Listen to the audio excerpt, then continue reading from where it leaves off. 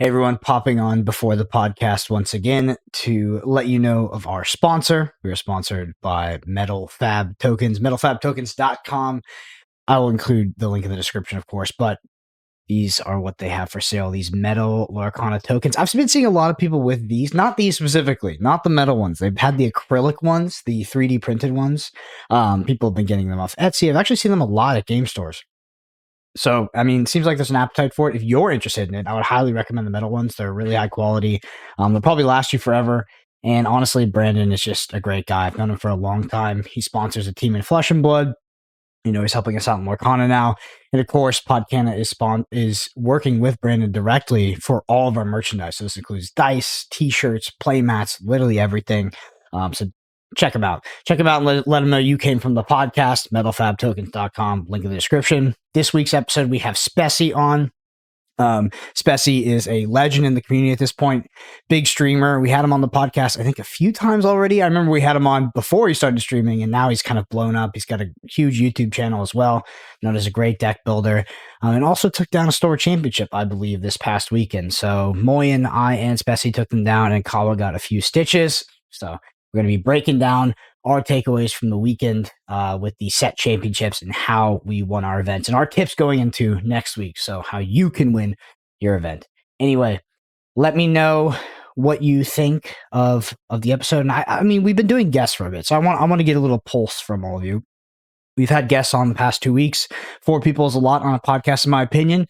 Maybe we're managing it, maybe we're not, but let us know what guests you would like to see in the future, and we'll go ahead and try to reach out to them. So if there's anybody in the community that you particularly would think would do well on the Podcana podcast, let us know, and we'll see if we can get them on. Anyway, enjoy the episode.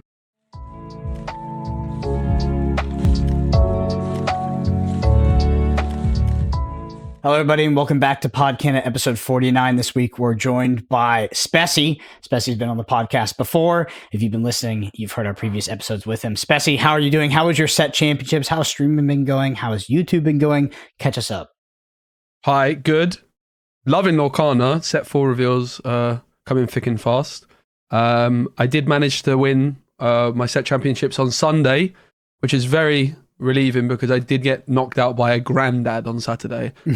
He opened up with like Cruella de Vil's Manor on turn 1, the location. I'm like, oh, this is going to be a cakewalk.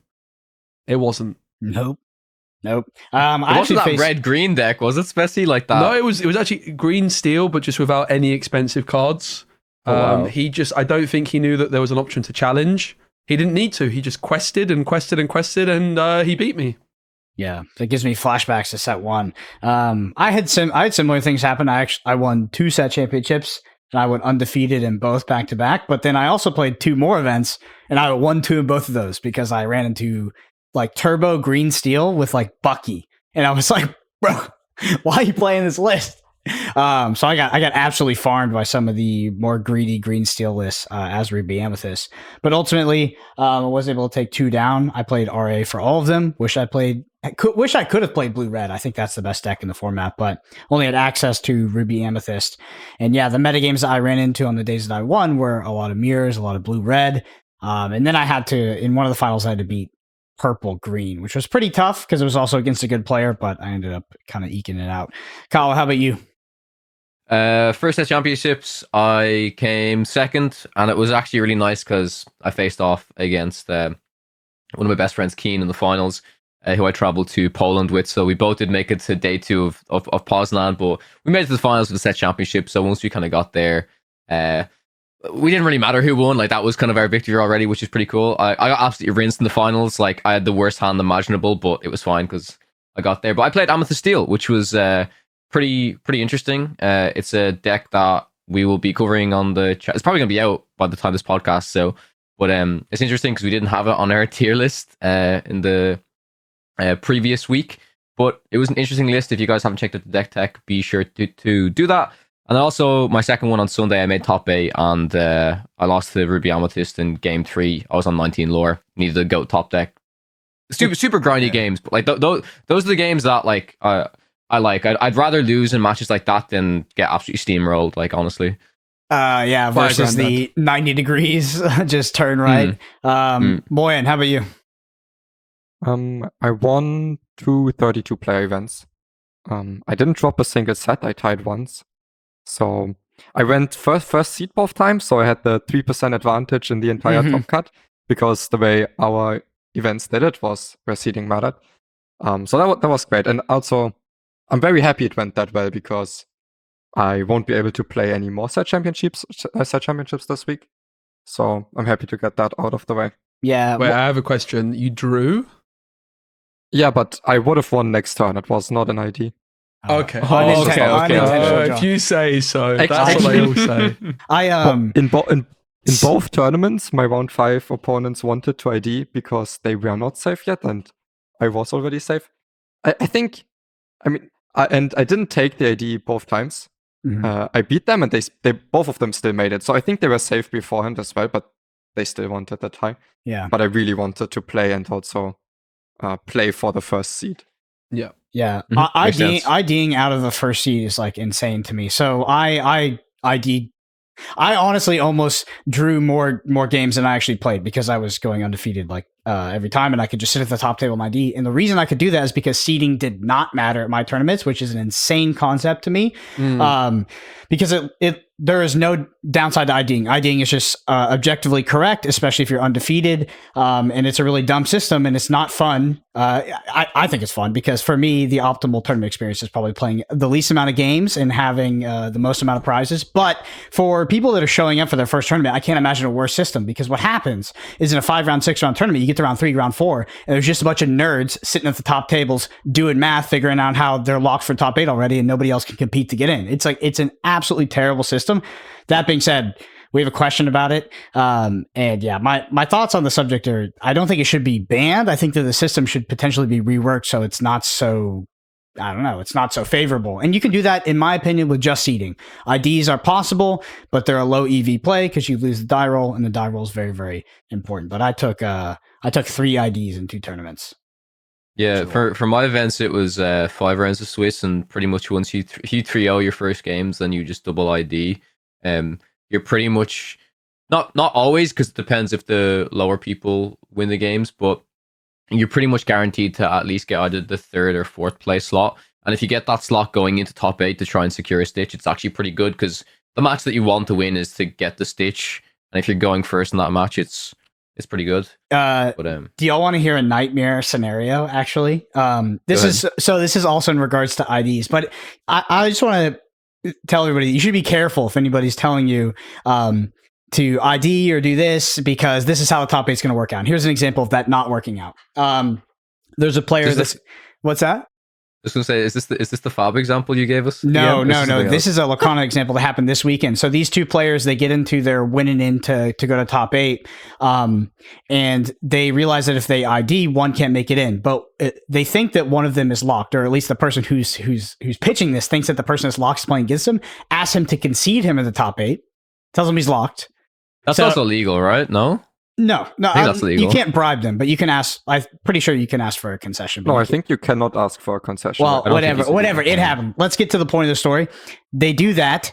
Then they go to top 8. That person gets 9th. The other person gets 8th, the one that he conceded to, or gets in the top 8, and he goes, okay, I'll give you my prizes. They play it out. He loses in quarters, gets no prizes. No, that's not nightmare. That's like best case. I'm happy that Best case. Yeah. I just think the thing is like I don't think people appreciate like how funky the math gets as well when all of the top tables are IDing. It just gets very confusing, and I think it's like hard to predict who's gonna get. It was so weird. Like the event I played on Sunday, my fiance Kim, she would have like. It's crazy the percentages she lost to not getting into top 8 because some people ID'd, or some matches actually went to a tie, and if one person in that match actually won, then she would have been bumped up. Like, we did the math, and I think she lost on like 3% for tiebreakers or something. It's something like ridiculous. It literally only depended on like she lost to, I think, 1st and 3rd place, and then someone else lost to 1st and 2nd place, or some bullshit like that. But yeah, it's crazy. Yeah, honestly. Overall, I found the tiebreakers in general a bit off this tournament. So, a couple of examples on my my Saturday one where I bubbled out. I finished 3-2.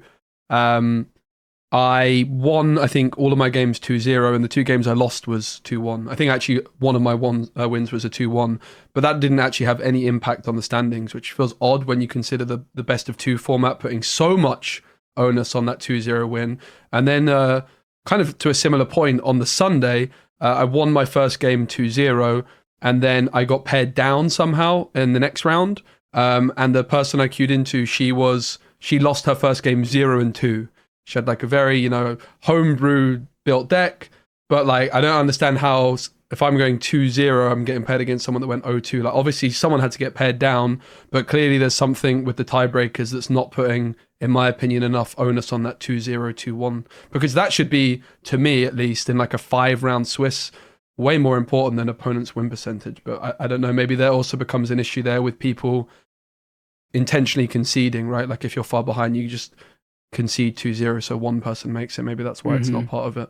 Yeah, I think that I guess we can talk about it now. I think the system is fixed by one seeding matter. In Flesh and Blood, draws are double losses, which obviously feels bad if you go to time, but it stops IDing.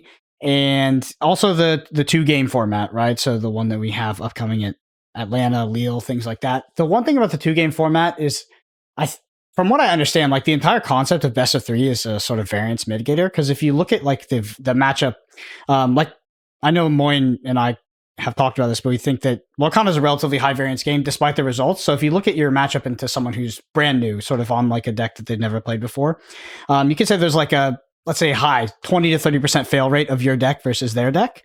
And it would always feel terrible to lose against them. But if you extrapolate that over 3 games, you go 7/10 to 7 multiplied by 7/10, the variance actually becomes very low that you lose to that player. So it helps mitigate variance drastically.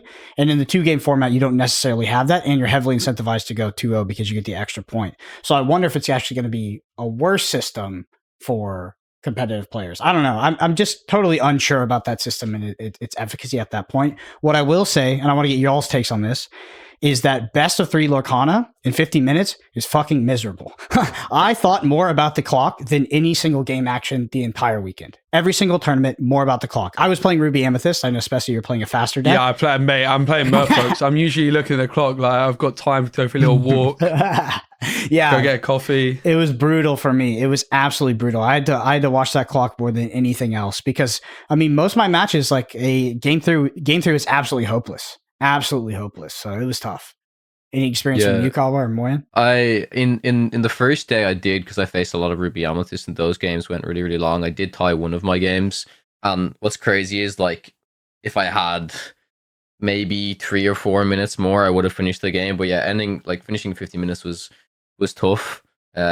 What's also interesting is like in a lot of these local stores, I was lucky because in the first one they had like a TV screen or something where you can clearly see the timer. In the other one, it was like, okay, guys, round starts at this time, round ends at this time. So I'm like just like this, looking at my watch like frantically the whole time. So I think it definitely helps when there is like a clock visible for people. Like in the bigger tournaments, that's always the thing, right? It's like make sure you sit where you can see the clock. It helps a lot. But it didn't happen that much. But I like the games were definitely close. Like I was ending when there was 2-3 minutes left. Yeah, Moyne, you had an unintentional draw, so I'm assuming it was a big factor for you. Yeah, but so especially against maybe some newer players that were also nervous because it was their first bigger tournament experience. It's like if they don't even want to play slow, but they will naturally be a little bit slower than they would need to be. And especially against these players, if you lose game 2, it was quite hard to finish game 3. So the biggest reason I didn't go to time that much is because I won 2-0 a lot. But then every time it went to game 3, it was quite close. Yeah, definitely. All right, I just want to hit one last thing in the headline. Says that for the blue-red deck, the deck that we think is the best deck in the format, the deck that Moyne hit rank 1 with. Yeah, I forgot to mention that. Moyne is rank 1 once again. Maybe not once this podcast comes out because they're definitely fighting for it.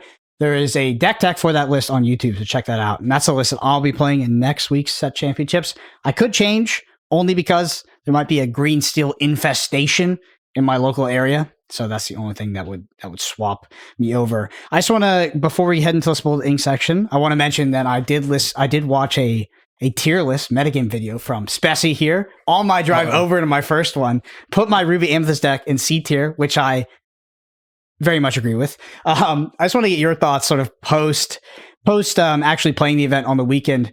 Have any decks sort of moved around for you in your tier list or your evaluation of the metagame?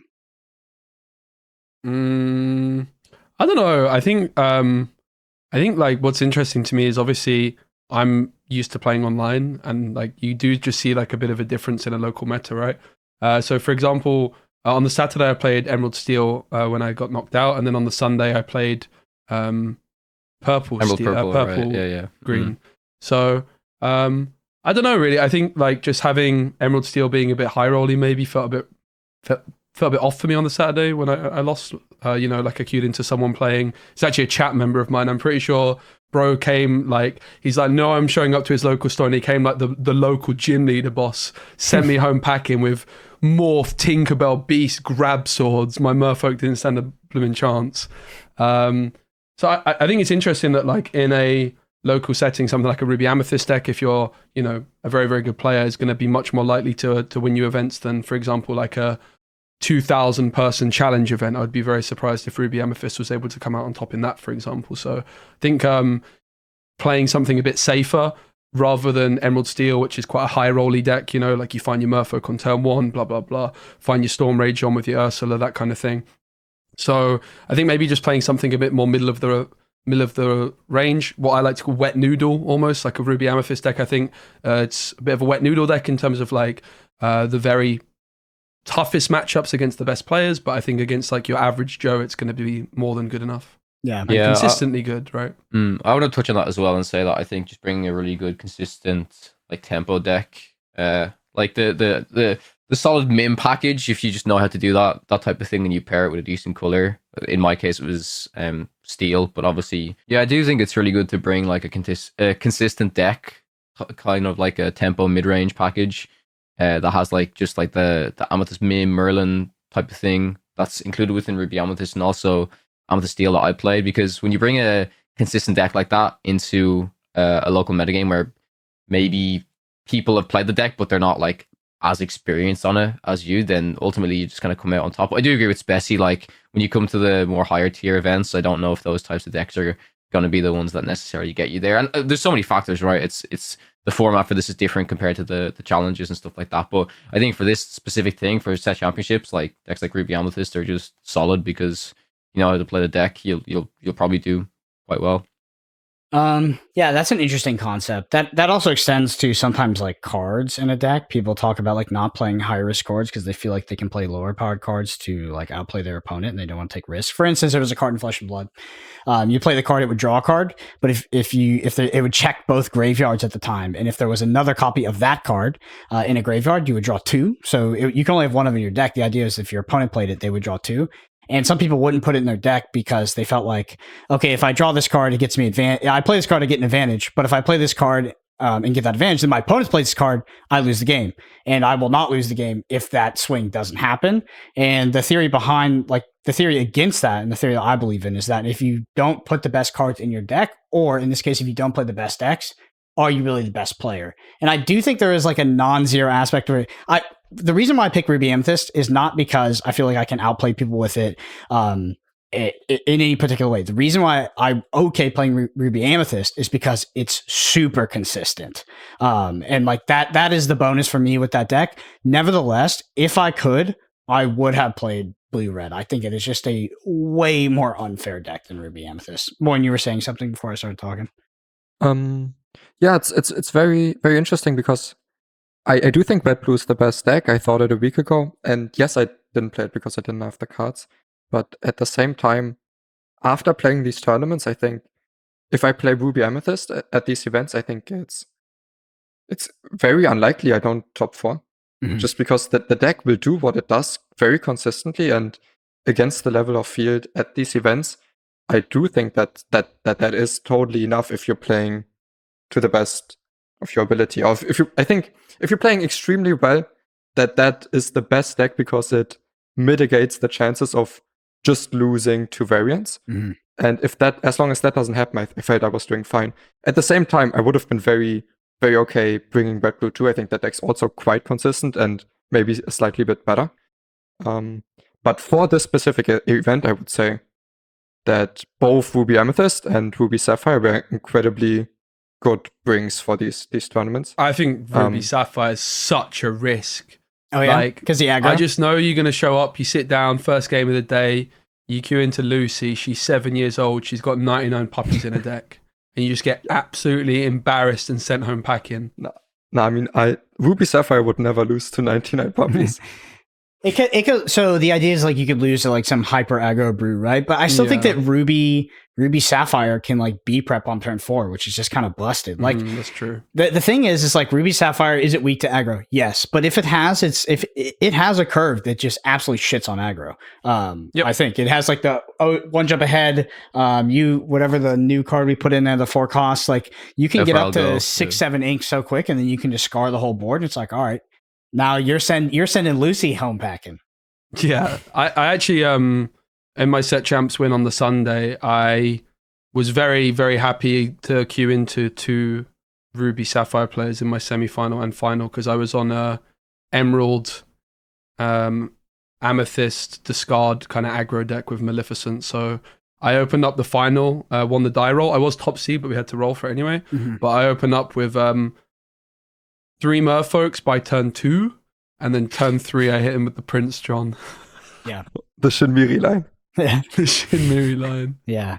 I played a lot of mirrors, and my opponents, I'm not sure if they were on 4 crab like I was, but I mean, especially on the play, I felt like, and I was going to leave this for the main topic. I'll mention it quickly. I felt like my opponents were really unprepared for the aggressive strategy out of Ruby Amethyst on the play. Like turn 3 mini, turn 4 mini, turn 5 goat. It's like it's basically GG if they don't have a mirror mini on 3 and then clear my mini with their crab. Like they're just not getting to removal fast enough, and I'm at like 15 plus lore, and then I just go bounce to win. Like it is so freaking unfair sometimes. My opponents also, I want to ask this to you guys. My opponents also had decks that were like, it was all meta decks. It was pretty much all meta decks, but they had decks that were like 1 to 2 weeks old. A lot of hooks, Maui's fish hooks, and especially in green steel, like I said, there was like a Bucky green steel that absolutely farmed me. It did feel like the lists, while they were meta lists, were 1 to 2 weeks, mostly 1 week behind. Did you guys experience that? For me, no, because I think I touched on this a little bit, but the main group that I played with, we're all like super, super competitive players, and it's one thing I want to say that I'm quite happy about. Like I'm very fortunate that I have this testing environment for all of the set championships for the most part, where it is nearly as competitive as it can be, bar whatever kind of local players we're going to. If we're going to like a store that's kind of far away, and for me it's really nice because I feel like every game is a grind, and if you won the Stitch, like you really deserved it, because you like really, really, really fought for it. Not that everyone else hasn't fought for it, but like every single game for me was a grind. Even in the matchups where like I felt when I faced Ruby Sapphire as Amethyst Steel, I was still pretty much favored. It was kind of a little bit close, but the game was still a grind. So for me, I don't think so. There was 1 or 2 Ruby Amethysts I saw that were playing fish hooks, and like that did feel a little bit outdated. But again, we can probably talk about this a little bit more in the main topic. But one person was playing the Teeth and Ambitions package in Ruby Amethyst. I'm not going to lie, I think it's actually a pretty good call in this meta, especially against... It's basically like, imagine giving Ruby Amethyst access to a Baboom. Obviously not as good as a Baboom, but like the next best thing, right? So I think that's a card that, like, if you go back to running the 1/3s, and like instead of running the Rafikis and the Trinobogs, right, you just run maybe just the Rafikis and like 4 Olaf or whatever, and just run even 2 Teeth, and they're probably going to help you out way more than they're gonna help you out. Yeah. Let's save that one for the main topic. Let's save that for the main. That is a contentious point. That is.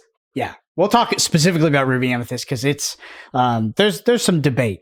I just want to, before we hop into our Spalding section, Speci, I just want to, like, some of the lists you faced against, did they feel like they were sort of up to date with the Pixelborn metagame, or was there, like, you did mention there was more brews than potentially you would face on Pixelborn, but did you feel like the lists outside of the brews were 1 to 2 weeks behind with some of their picks? I'm not sure with like the set championships, because I think the environment I was in was a lot of like some of the players I played weren't necessarily serious. I think like the events I went to, certainly the one on Sunday was like a bit smaller, so I played against quite a lot of like homebrews. But what I will say is the The event in Poznan, which was 3 or 4 weeks ago now, I certainly felt that way. That a lot of the decks were just a little bit behind, really. In fact, even my own deck, I was playing Emerald Steel. I finished 4th, but going into the event, I wasn't massively fond of the idea of playing Emerald Steel because it's something that I'd already been playing a couple weeks earlier, and it felt like it was kind of, on its way out. But I figured, well, paper is probably a bit behind Pixel 1 meta, and I think that's a big reason I was able to get a good result there with a deck which maybe is struggling a bit more this last week or two. Mm-hmm. Yeah, makes sense. All right, I'm going to pass over to Caller for our Spilled Ink section. If you want to get your question read on next week's pod, you should just comment on YouTube, or you can go to the Podcana Discord, and there is a chat there where you can submit your questions. All right, starting off from Antrock. Had a question about something I noticed on my set championships. What do you do when you notice 8 to 10 people who group up and spy out people's deck? Is this an unfortunate reality or something you can get judges to issue a warning for? This is an unfortunate reality. This happens. And in set championships, there's just no way to avoid this. Like in the 100 to 200 player events, if you got kind of a group, some people might kind of do that little thing where they'll scout to see few decks. I mean, I do remember day 2 of Poland, Speci sitting down and be like, guys, do you know the name of this player I'm facing? Do you know what deck he's playing? It's such a big deal, though. Yeah, it is. It's a huge deal. Especially, people knew what deck I was playing. I sit down, they know I was on Emerald Steel. So it's like, if they know what I'm playing and I don't know, it's a pretty big disadvantage. Funnily enough, oh my goodness, I have a story to tell you. In my 3rd place playoff, which didn't really matter because we'd already split in Poland, bro told me he was playing Sapphire Steel and he opens up with a 1-drop Cinderella. I'm like, okay, did I just get lied to? That should actually be against the rules. Did I just get lied to? Because I asked him, I was like, oh, you're on Sapphire Steel, right? He's like, yeah. Oh my and then God. bro opens up with Cinderella. I'm like, okay. Like, I really didn't care enough to like make a song and dance about it, but I was pretty triggered under the surface. I was bubbling. What were you saying, Moyan? Why would that be against the rules? Do you have to? I mean, you don't have to tell anyone what you're playing. That is weird. So scouting is obviously a moral gray area, and I don't think that. I think you should just accept it as a reality of card games, because as soon as you try to prosecute people, witch hunt them for it, you'll realize that scouting happens inadvertently, and like the line is, you don't want to draw a line that you can't draw, right? You're just going to treat people unfairly at that point. But who the fuck lies about that's just weird, bro. I mean, it could have been, I'll give them the benefit of the doubt. It could have been, as they said, oh, I thought you said that, but I don't know, man. I was not. I was like, we'd already split. It was a 3rd place playoff playing off camera. I was ready to get my train home, It was what I was like, okay, cool. But big difference, right? My mulligan is very different if I'm playing against songs compared with Emerald Steel, that's for sure. Sapphire Steel, rather. For me, in the second tournament, in the second set championships, I had a little bit of an annoying experience in the finals anyways, but also every time after I shuffled, they felt the need to shuffle my deck, which I don't know if it's technically allowed, because in the rules it says like you can cut once, but I was already annoyed by that. The rules is weird. I had this as well. So in one section of the rules it says that you can cut, but you can offer for your opponent to cut the deck, but then like in another section of rules it says that they can shuffle it as well if you offer to shuffle. A funny story, so Kim was playing against this Amber Steel player the first day, and she just cut the deck, and he takes her deck and shuffles.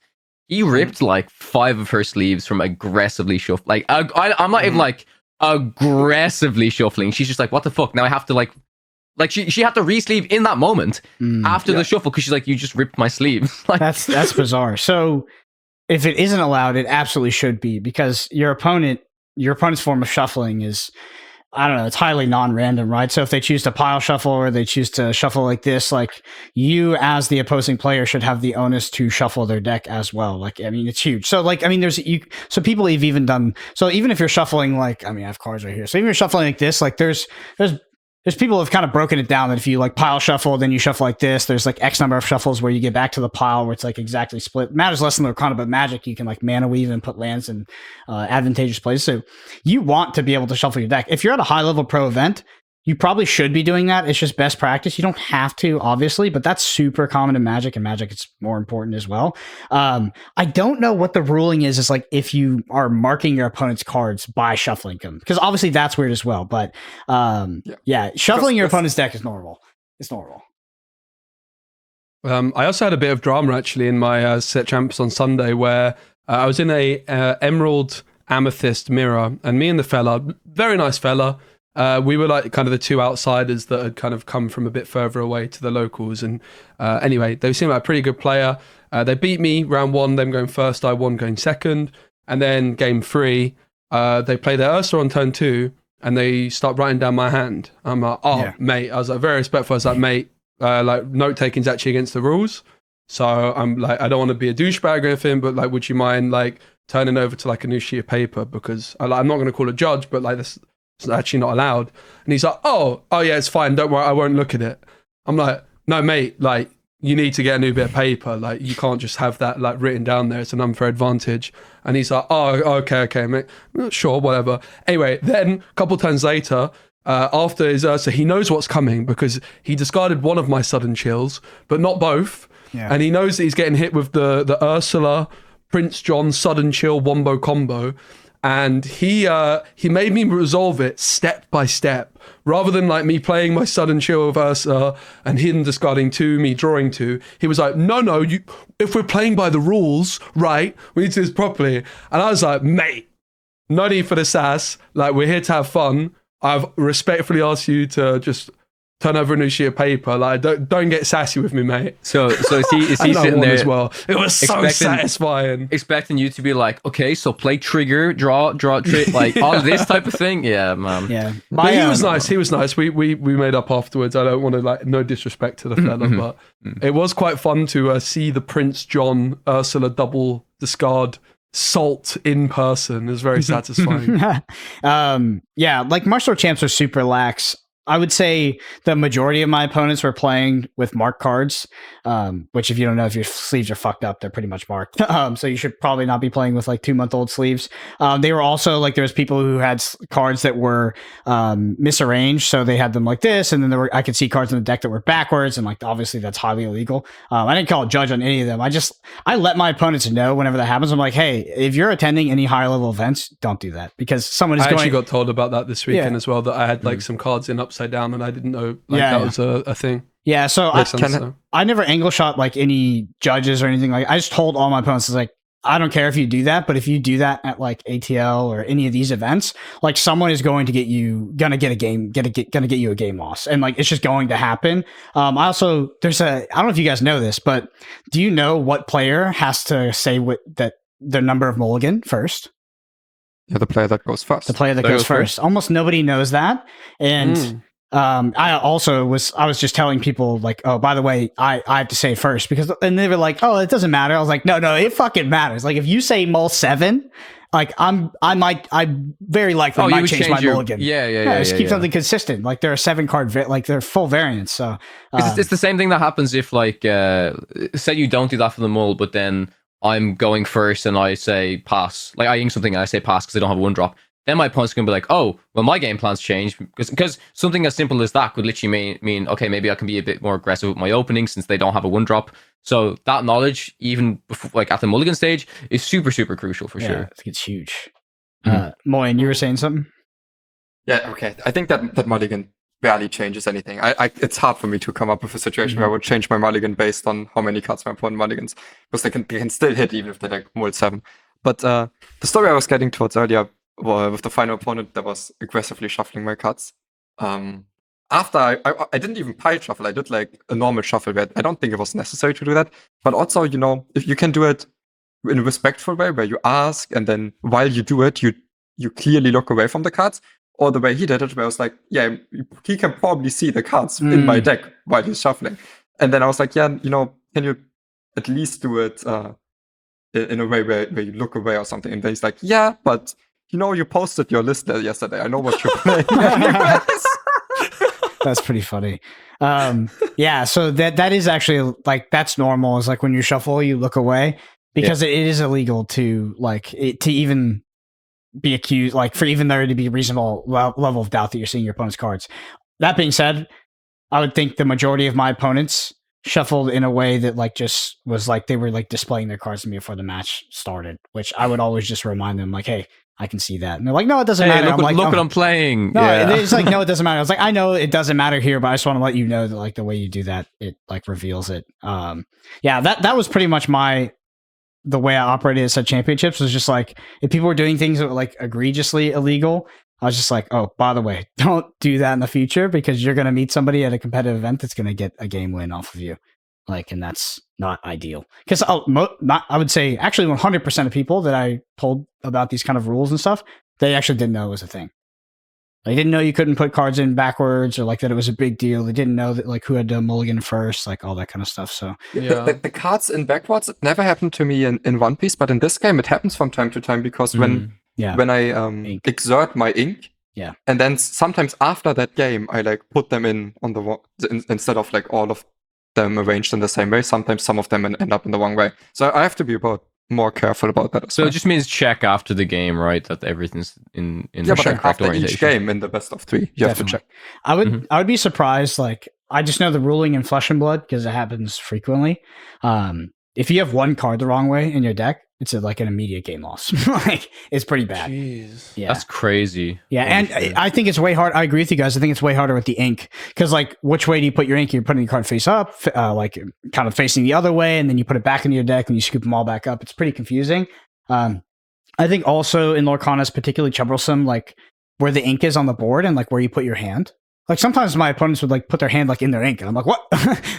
wait a second. It's like really hard to figure out like what's going on. So I always try to like put my hand like in the top left if I ever set it down. But yeah, I think the Lorcana board states are just hectic for that stuff.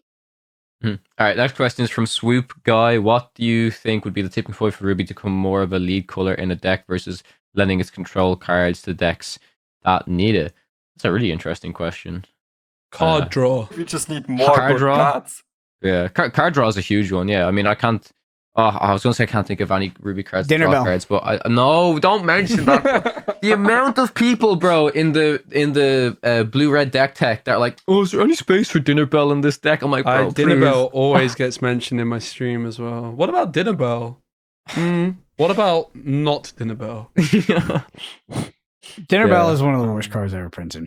It's bad. I mean, so I understand like, oh, in this like niche board state, you can draw some cards in Ruby, and that's cool. But it's like, I can't believe you have to both have that card as uninkable, pay a premium rate for it, which is like 4, and then also activate it, and then also fucking banish the character. It's like it feels like they were actually just like playing a joke on Ruby players to see if they were silly enough to put this in their deck. It's crazy.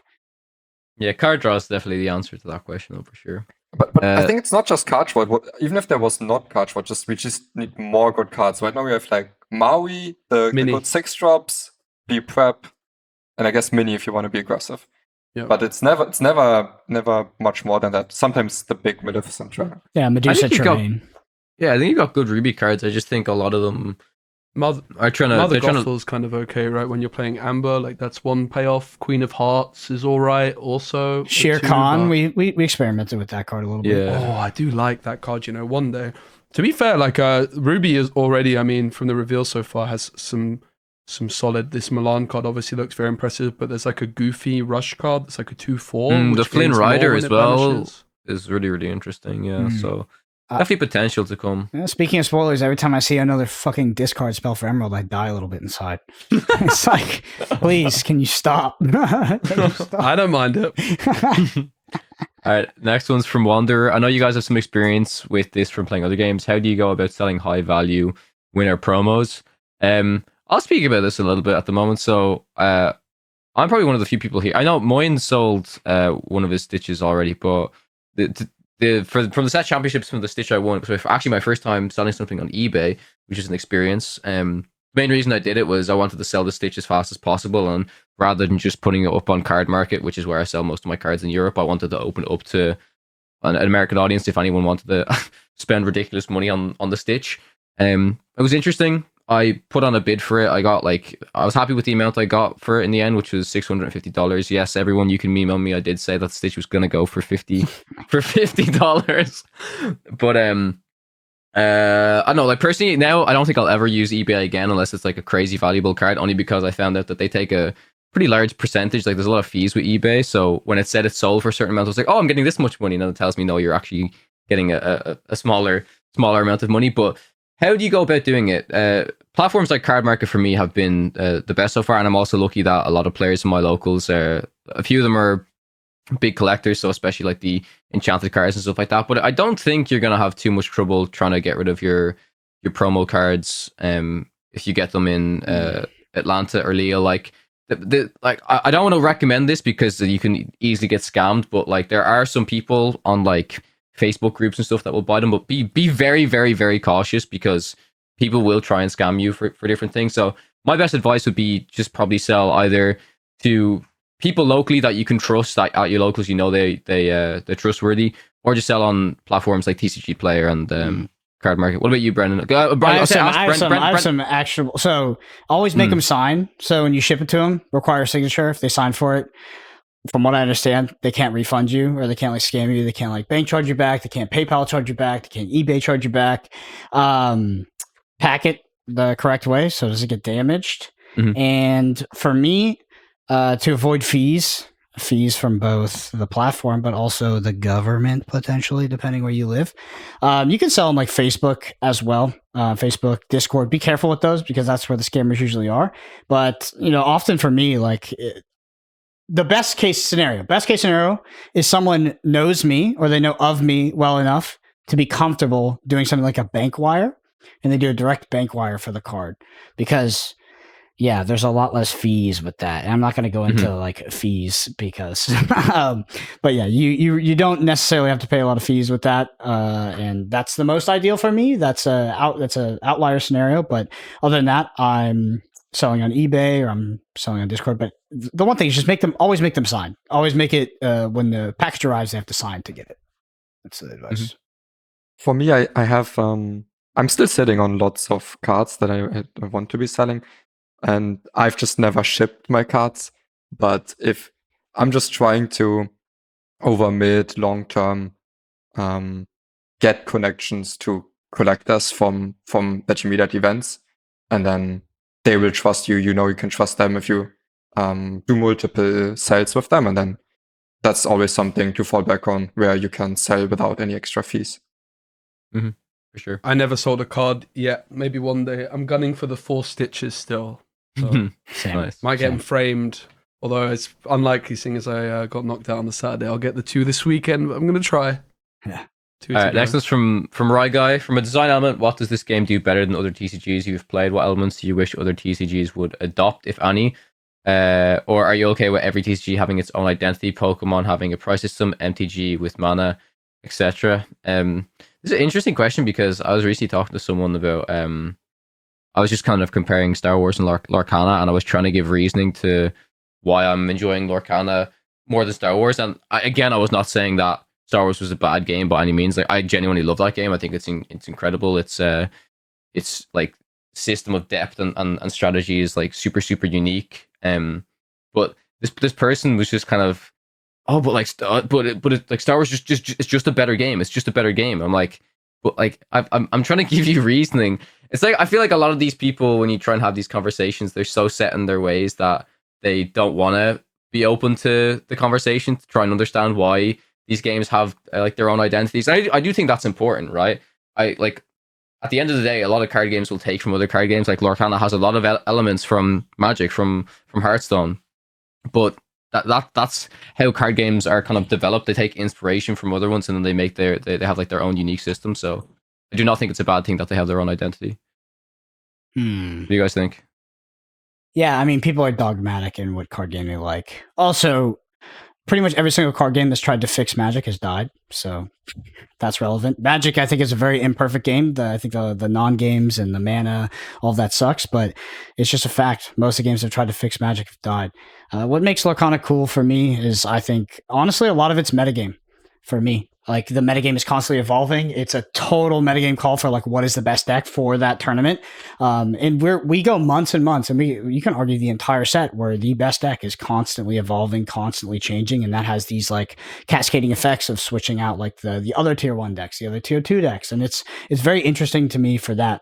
I also think that Lorcana gets a rap as like easy Magic because it doesn't have phases, but I think that the Lorcana resource system is infinitely more complex than a lot of things that Magic does, because the Lorcana ink system to use the word again, has like this sort of cascading effect when you make mistakes, because you actually, when you make an ink decision, you're doing it based off of a lot of factors in which you have imperfect information, which is your deck game plan, your cards in hand, like board context, your opponent, their deck, cards that you could draw, and in what order specifically.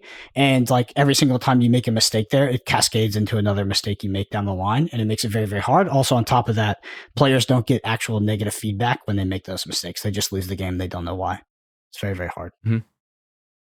Yeah, I think like I'm similar. I think Lorcana for me is a game that's really got my interest mainly due to the deck building, which overall a lot of it is due to just the general mechanics. I think like the inking system, for example, having like this balance of uninkables and inkable cards. I think also from a gameplay perspective, I found myself, certainly with Emerald Steel decks, the biggest decision of the game is often the card that I ink on the first turn. That's the decision that I actually found to be most impactful and the one that I would spend the longest on very often. And overall, just the deck building, how balanced the game is. I think the fact that there's also sets every 3 months, from my point of view as a content creator that loves deck building, that keeps it incredibly fresh, right? Like, I mean, the meta now, I'm really trying to, bang my head against the wall and find something new, and there's still some potential there, but in 3 weeks or 4 weeks, there's going to be a whole new meta, right? So that's super exciting, and I think it really is easy to underestimate, like, how well balanced the game is, that you've got all these different ink colors, which are all really good within their own rights. There's 10, 11, 12 very competitive decks capable of winning events. And yeah, like just the ebbs and flows of the meta game overall have just been really fascinating to see, and it's a big reason that I've just fallen in love with the game, really. I'm pretty hard to impress when it comes to deck building experiences, but I think Lorcana is right up there, maybe even better than Gwent's deck building. But I've got a question for Moyne and Brennan, just in regards to Flesh and Blood and One Piece. First one is, how often do new sets release? Is it every 3 months or is it every 4 months? And then secondly, do you find that it's similar to Lorcana in terms of a constantly evolving meta, or it's like after 3 weeks a meta is solved? Well, so Flesh and Blood is 4 plus months, but Flesh and Blood has sideboarding, not necessarily, but it's pre-boarding. So the whole concept of sideboarding and pre-boarding changes out that like ebbed and flowing metagame a little bit, because you can just add tools into your deck. So you kind of stay on the same deck, but you might tweak your sideboard around. That's like the metagame context. Lorcana is different because you have to actually change like the entire make of the deck sometimes, and it like actually affects your primary game plan. So I would say like Flesh and Blood definitely does get stale, way more stale than this game. And that's not necessarily a bad thing, but yeah, it has less frequent sets, and like the more powerful decks are just like kind of impervious to being more powerful, because the game is so quantitative and math based that they are sometimes just above curve. Yeah, One Piece gets close to figure out the sets, but I think also the next set usually begins before the last set was like entirely figured out. Oh yeah, because of Japan being ahead and stuff, isn't it? Like but even if Japan's ahead, I think like Japan doesn't totally figure out their One Piece meta, so we still have room to experiment with. It's just that most people don't. So like the meta stay, although there would still be room for experimentation, it's just that people don't totally use it. But coming back to the great concepts in Lorcana game design, I think it's not just the resource system's great, of course, but for me it's also so that there's board combat, but also the questing and the interplay between these two. As I think a lot of the time, very interesting decisions are not. So some of the quests are very obvious, but there are some quests that will lead to an advantageous trade for your opponent. But then there's the decision to be made: is the extra lore I gain because I traded, they challenged, is it worth this disadvantageous trade for me? And also, it's not just that if I quest, they get this advantageous trade for them, but it's also the aftermath of that. So what board state will this board lead into? If I quest, they get this trade, and then what trade do I get because of that? And is all of this better than me leaving my character untapped? I think that's a very interesting decision apart from the resource management in this game.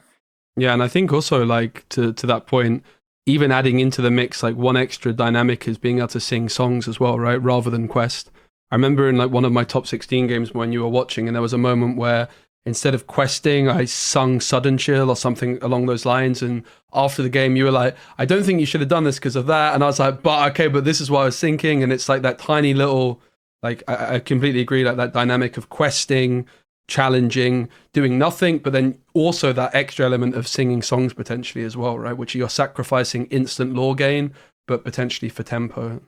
Yeah, I think overall, like, despite the game being super simple, there's a lot of depth involved, and I just think it's an incredibly well designed game. I think it's somewhat. I put almost zero weight on set championships. I preface that before saying something that puts weight on that. But I think the set championships, store championships, are a good example of how complicated Lorcana actually is, because you see the consistency with players that have put in the work and they are getting the results, which is crazy. Because I mean, I was talking to Moyne about this. I was like, dude, I feel like this game is high variance. Like, and Moyne even said to me, he's like, how did we go undefeated in 2 events? It's like, I don't know, because we feel like the game is relatively high variance, but it's like, I think that you have like a lot of levers to play less suboptimally than your opponent, or more optimally, but I would say less suboptimally, because there are so many points in a game where you can make critical mistakes, like multiple every single turn. And a lot of that comes with that ink, but also trading. Like, the biggest thing I saw this weekend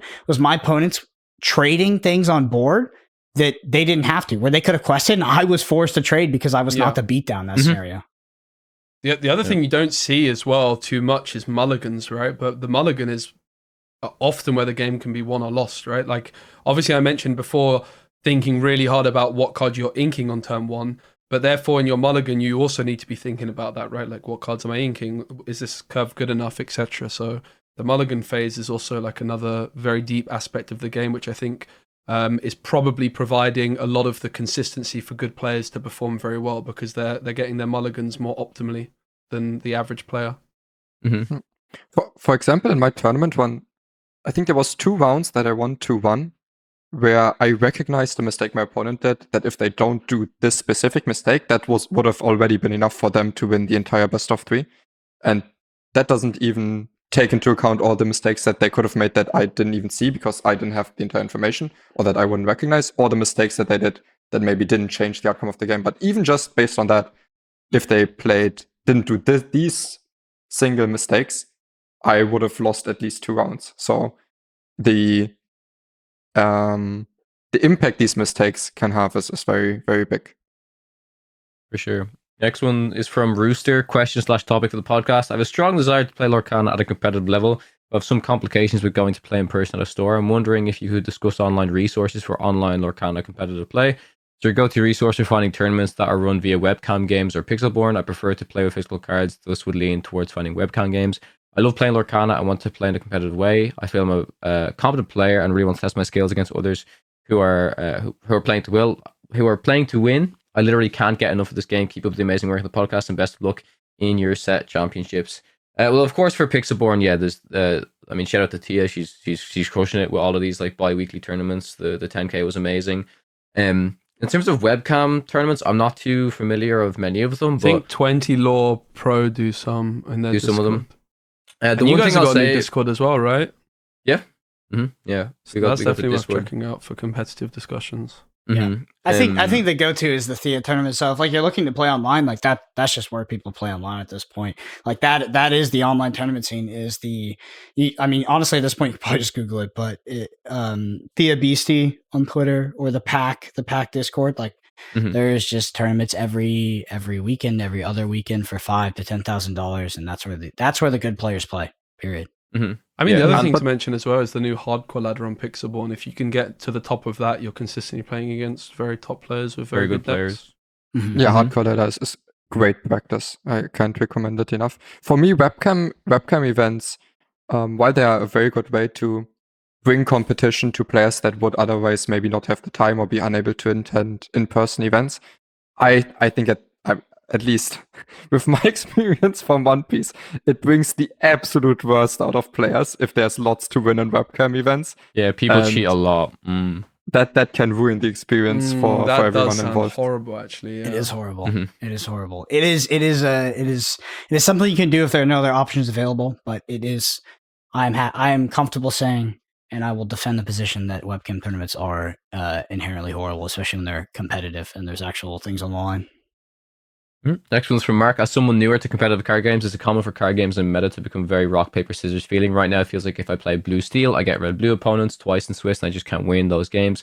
If I go emerald, steel, I go against steel song and have a very, very hard time winning. If I go blue, steel, I happen to hit hyper aggro, back-to-back round 1 and 2. I don't have a problem with matchups being more difficult to win, but many of them matchups feel nearly impossible if you get unlucky pairings.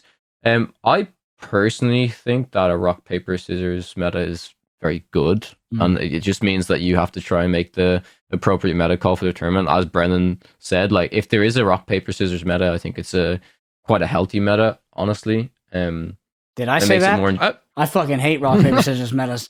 It's you don't like it? Okay. No, it's like the worst thing for me. I hate losing on matchup. I hate, so in Flesh and Blood, the tournament system is called Gem. We call it Gem format. Flesh and Blood has some polarizing matchups.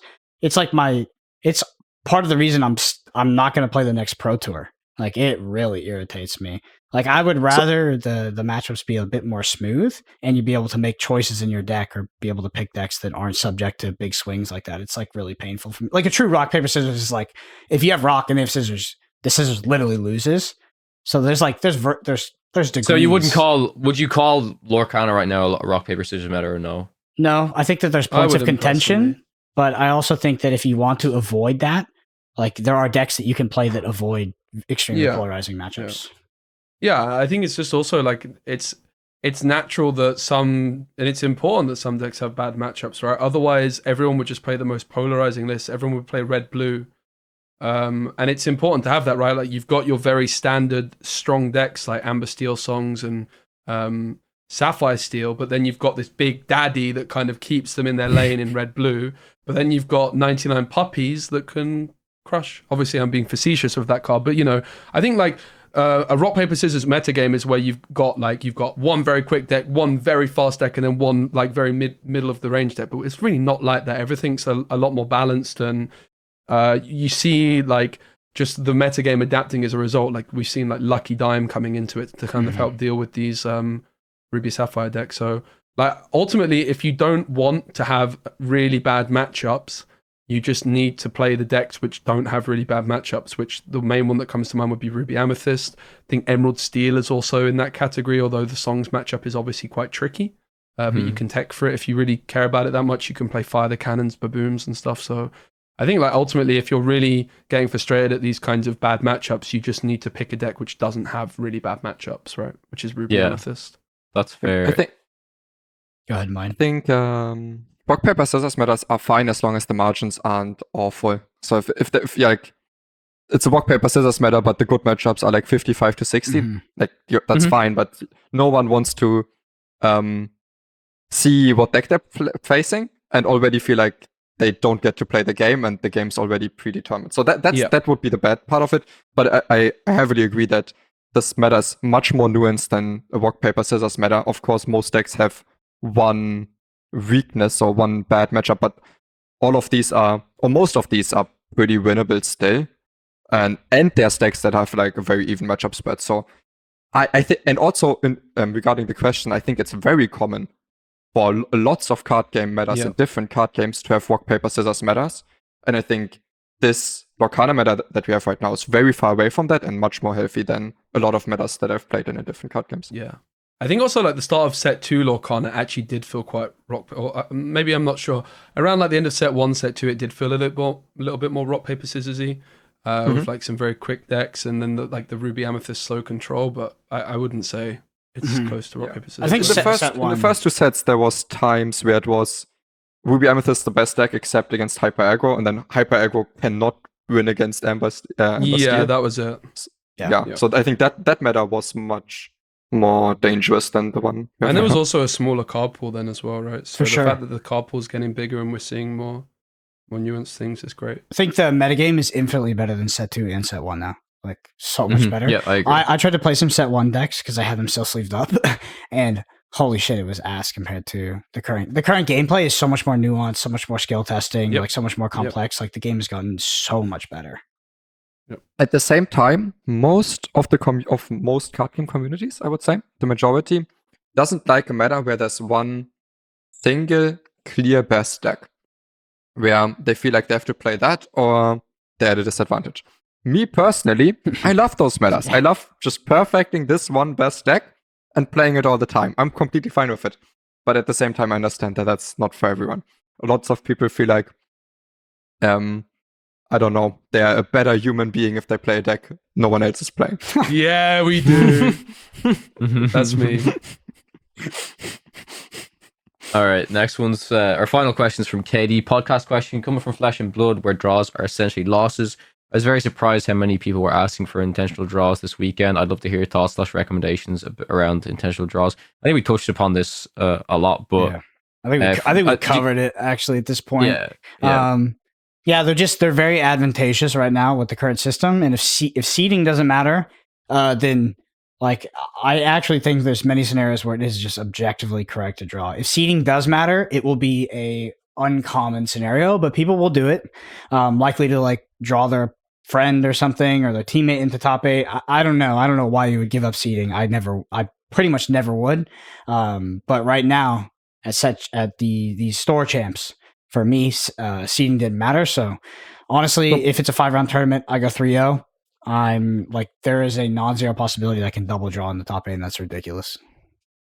But still, even if seeding matters, I think there will be lots of spots where it's better EV to ID, unfortunately, because there will be those spots where if you lose, you're out. If you win, you're in. But if you ID, you're also at least in top cut. Where for both players, okay, right? your seeding will be worse than if you played it out and won the round. But at least you're in top cut. You have a chance to play for those prizes. Yeah, you're right. So all of those spots. I think you're right. There's like scenarios at like the lower ish tables of the end rounds where the players can play and one player can get in the top 8, or they can draw and they can both get in the top 8 or something like that. Yeah. So it is what it is. They can either make draws, double losses, 2-game format, which we're going to be playing. And we'll have to evaluate that once we do, because that's a whole nother can of worms. But ultimately, I think if they make seeding matter, it mitigates the bad part of it, which is right now, which is you play half the tournament and then all the guys at the top table stop playing the game and just start doing math. Which is 100% what happens. All right, that concludes our Bumbling section. You want to get a question read out, YouTube, comments, or the Discord. Okay, main topic is set champs breakdown. Obviously, we've been talking about it the whole time, but we're going to get into the weeds. First one I'll talk about is metagame. I'm going to talk a little bit about mine. You can talk about how yours were divergent. We'll just go around. First of all, there was almost no blue steel. Almost no blue steel at my tournaments. That could have been because they played Friday tournaments and got farmed. I also think it's just because for some reason that deck is unpopular where I live. There's also very few amber steel. So green steel was having the time of its freaking life at these tournaments. Same with green purple. Like I said, there was a lot of aggro. Not an insane amount. I would say most of these tournaments, the top tables were blue, red, purple, stuff like that. So the aggro was there. You just kind of had to dodge the first couple rounds, and you were good. Like I said earlier, a lot of the lists were a few weeks behind. RA had hooks, but they also had books. And RA having books in the mirror is kind of rough. So if I even got a sniff and my opponent was on a book or I saw it in game 1, it drastically changed how I had to play the game because I could not really grind against them. It was just, it was a lot more dangerous if they got an early book. Also, I played against blue-red where they had Maui's fishhook. So I don't think that's particularly effective, but it just happened. So it was weird. How about y'all? For me, I kind of agree. There was very little blue steel, very little amber steel. My first day, there was like 1 amber steel, which I did face. And it was like fine to play against, and then there was funny story about the blue steel actually. Oh, I can't believe I haven't talked about this yet. So on the Sunday where I made top 8, but I didn't make top 4. My very first game, I sit down across from a player, and she's like, "Yeah, this is like my second time playing the game or my third time playing the game," and like, little part of me is like, but then we repair. Because it was like the system got fucked up or whatever, and I sit down across from the one blue steel player, and it's like probably one of my worst matches, but it's still kind of winnable. Play the game out. I think I won the first game, I lost the second game, and then in the third game, I did not deserve to win the game, but my opponent just quested with their entire board, and they for some reason just like missed the Queen's Castle on my board. There was a Queen's Castle on my board, and they must have been so focused on being able to clear my characters and forgot about the Queen's Castle. Queen's Castle triggers, I tap that go, I win the game. it felt so bad to win like that because it was like such a detrimental mistake by the opponent. Sorry, that was definitely a little bit of a tangent, but I do think it's good. They learn that lesson now and not later. They will, when it matters. the location will forever glisten on the board whenever they play against it now. They will never make that mistake again. But yeah, very little blue steel and very little amber steel in my meta. But I think that's because of the popularity of red blue. Honestly, there was a lot of red blue in my games for sure. Yeah, somebody put up a deck tech and hit rank 1 with it. Moyen, what was your meta game like? Yeah, I actually played against some of our red-blue builds, and still they didn't recognize me. And then we sit down, and then when they hear my voice, they're like, "Oh, I watched your video." So that was quite funny. Overall, mostly I faced red-blue, emerald steel, red-purple, and maybe there's one deck I'm forgetting about. I think blue steel, red-purple, emerald steel, and then a few amber steels as well. But I think it's a very similar expected metagame I have compared to what you guys are talking about. Speci, we had Savige on the podcast last week prior to the set championships, released the episode on Friday. He said he got recognized twice as the guy that was on the Podcana podcast. For anybody who doesn't know, Savige is like probably he's one of the more decorated card game players, I think, on the internet at this point. It's like just ridiculous. What was your metagame like, Speci? I know you talked a little bit about some more brews, but anything outside of that?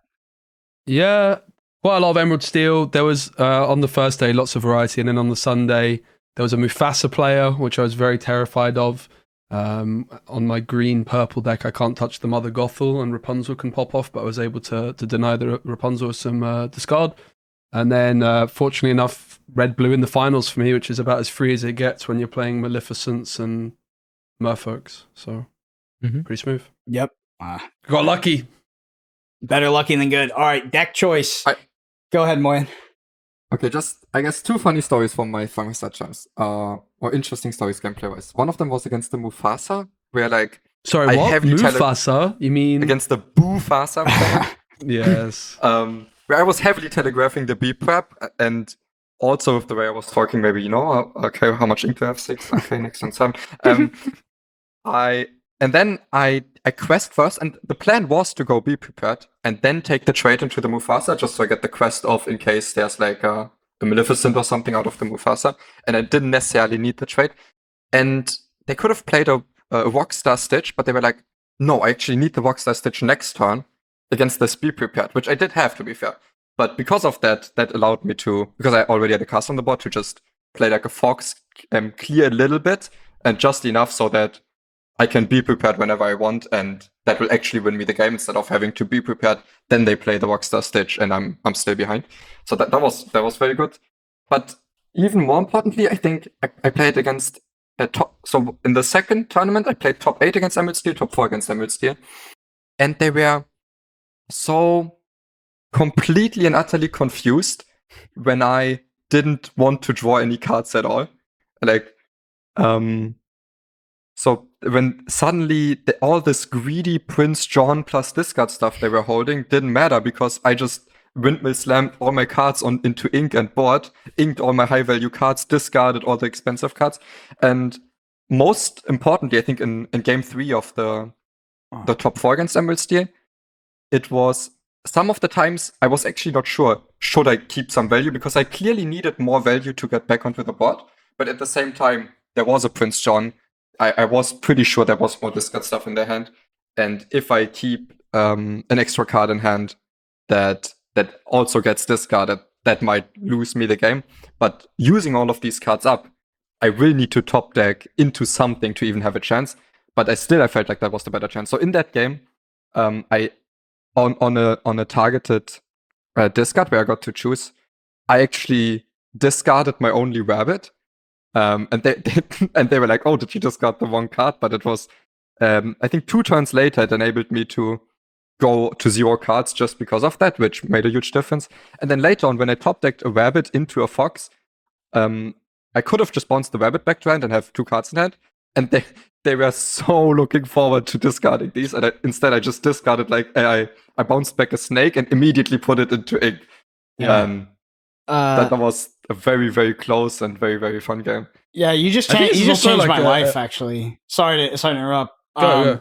Yeah, obviously I know about not drawing cards off Rabbit, but I played against Green Steel player and they resolved the Donald Duck against me. At the start of your turn, each player may draw a card. I didn't know that was a May ability, and I got farmed because of that. Right, that also happened where they killed my Rabbit, and with one card in hand, I was pretty sure it was a Hypnotize. And they were like, yeah, you have to draw a card. I was like, no, I don't. Because they didn't know that it was a main trigger. I think this is like a pretty good example of where a lot of people can kind of get matchups wrong based off the average player they play against. Like, for me, coming off the back of the Poznan tournament, I think I went 7 wins, 1 loss against Ruby Amethyst. But I left the tournament feeling that Emerald Steel was actually unfavored in that matchup against good players.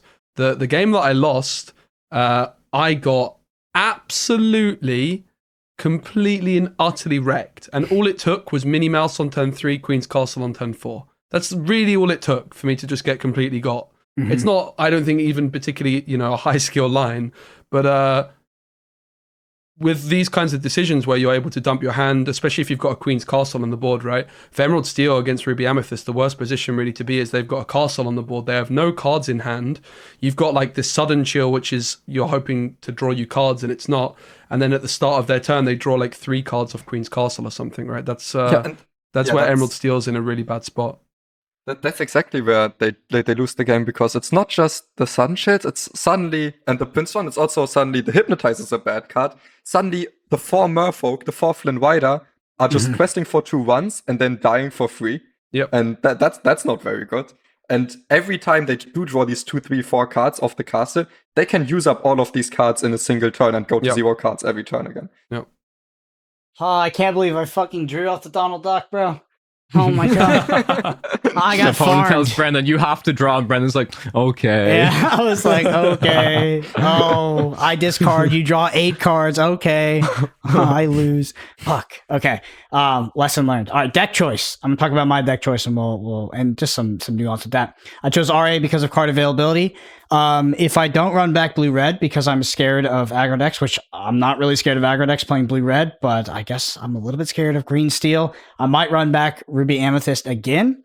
Again, I think that Ruby Amethyst is a well-rounded deck, although it's not nearly as unfair as blue-red or wheel decks. I played 4 mini surfers, and I often out-aggroed my opponents in the mirror. I think that my opponents drastically misunderstood tempo in their roles in the matchup in the mirror, where they would often... sometimes they would be the beatdown. I would be really trying to, I was scared about losing the game to them questing and aggroing me out. And then they do something like sing Friends on the Other Side with like a mini or something. And I'm like, holy shit, if you quested with that, you're going to win with like Goat Bounce. I also, on the play, I was just absolutely mulliganing to scam my opponents a lot with minis. I think there's actually one question I have. So, Moyen, your opponent is on the you're on the play, you play a mini, your opponent is on the draw, they play mini on turn 3. You think your opponent has four crabs in the deck. Do you exert that mini on turn 4 to quest? I think most of the time, yes. Yeah. Because the biggest thing is, there's some turns where it could be good not to, but also you're like on a clock to get value out of the mini before Medusa comes down. Medusa, yeah. And at the same time, if they do the crab on 4, it hurts them a lot more than if they would be able to. Because let's say you want to quest at some point. If they do it on turn 5, it hurts them less because they can play a Cusco or a Mim on the same turn. So at least on 4, it hurts them a little bit, which is actually important for another very intricate line of the Ruby Amethyst mirror, which maybe this is too detailed for just a pod. But it's like if you're on the play and you do the snake curve, they do the Cusco curve, meaning after your turn 3, you have either have the 3/3 up or you have it exerted if you quest with the snake or not. But if you have it exerted, they have the on tempo, on perfect on 3, play the crab, trade it for free. But I think in those cases it's far better to wait 1 turn and then you quest with it every turn, because if they crab you anywhere later but turn 3, it actually hurts their tempo quite a bit. Yes, sir. That is absolutely correct. The Merlin, bump your Cusco on like sort of on tempo, on turn 3, trade with the snake is so advantageous for the Cusco player. that I think you can actually play around it because it becomes mana inefficient to run out that crab at other times. Also, I think a lot of my opponents didn't understand the power of so let's say like I only have a crab on the battlefield, like only a crab. They're ahead on creatures, and they could play another 4-drop, but they play like a castle. A lot of my opponents this is the play. I know. Opponents didn't know about not of in Fox. Bounce the crab back. It makes it 7 attack and like easy clear the castle. And like I will keep like I don't know. I think crab is great. I think we live in a crab world, so I got 4 crabs in my deck. I love crabbing people. So I'm always looking for that shit. That specific line is something we touched upon on the deck tech for the Amethyst Steel. Is I think players often undervalue even actually how good playing the crab on 3 is, just because you don't initially get the ETB value. That's the exact same play line. Like, unfortunately, I did lose that game, but in the top 8 match, I recognized that my opponent was on the play. They lined it up perfectly to play the Queen's Castle, so I play the crab on 3, you bounce back with the Fox, and you kill the castle. So, and it also playing the crab on 3, I know like my deck is a little bit different because I don't have the luxury of having a card like Minnie Mouse, but even like crab is actually a card that isn't the worst to sing friends with in some situations. So yeah, I think players just really undervalue actually playing crab on turn 3. And like you were saying, Moyne, compared to playing on turn 4, the difference is like incredible. Like honestly, 1000%. There's a couple more things I want to specifically pass over Speci so we can talk a bit more about Green Steel. But we played.